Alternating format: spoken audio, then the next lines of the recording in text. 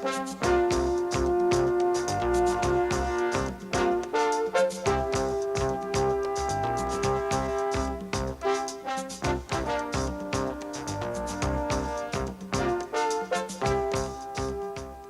following talk was recently presented to ComputerLand's corporate employees. We are sending it to store owners throughout the network for two reasons. The first is that it announces a reorganization which we believe will have a significant impact on our ability to provide you with vital services. Another reason for distributing it is that it describes a process of prioritizing that some of you have gone through in your own operations. If you have not yet done this, it is our hope that this presentation will be useful by showing how such a process can be approached and accomplished. Hi.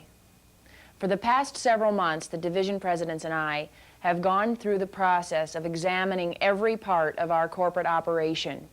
Our immediate goal was to develop and agree on an annual operating plan. One factor that complicated this budgeting process is the state of the industry we're in.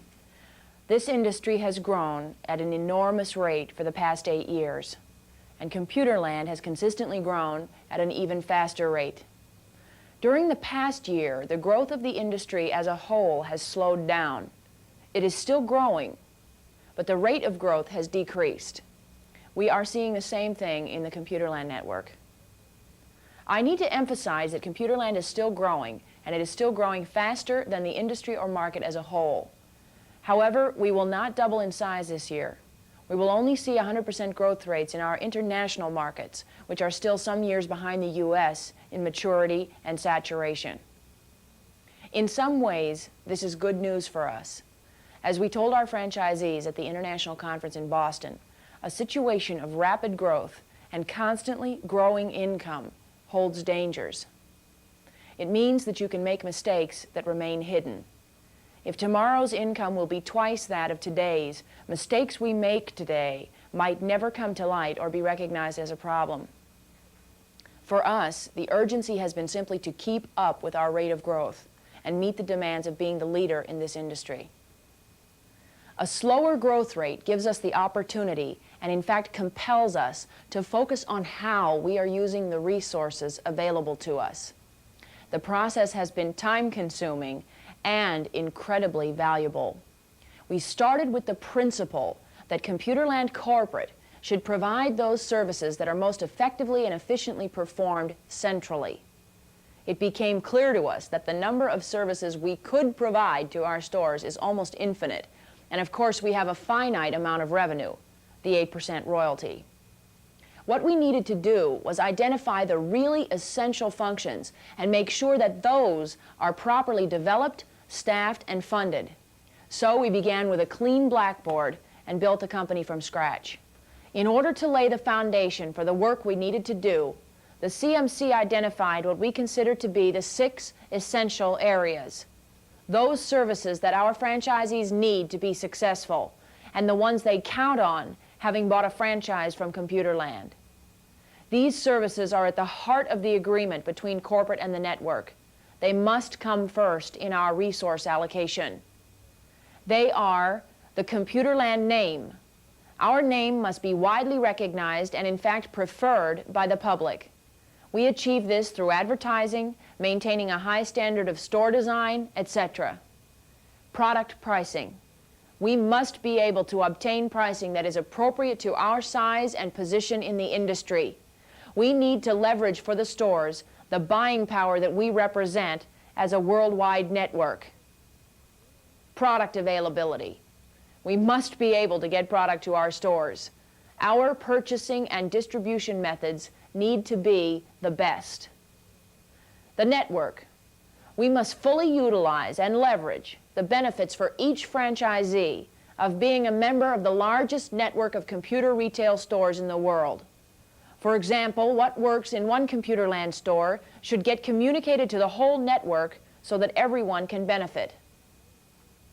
Franchise development. Our buying power and industry dominance rely on increasing our market share in terms of the number of ComputerLand outlets.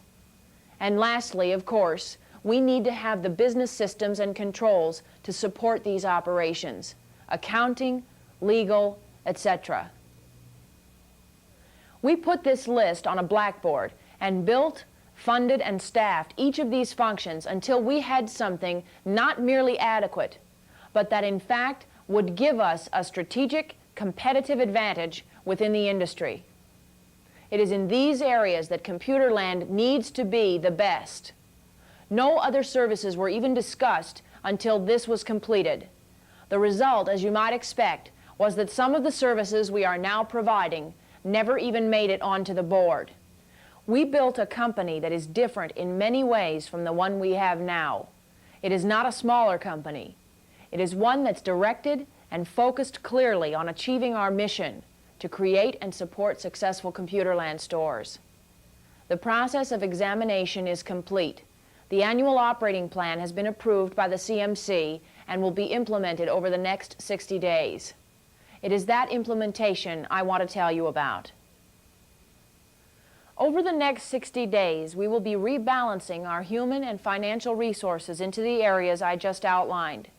Some departments will be strengthened, others reduced.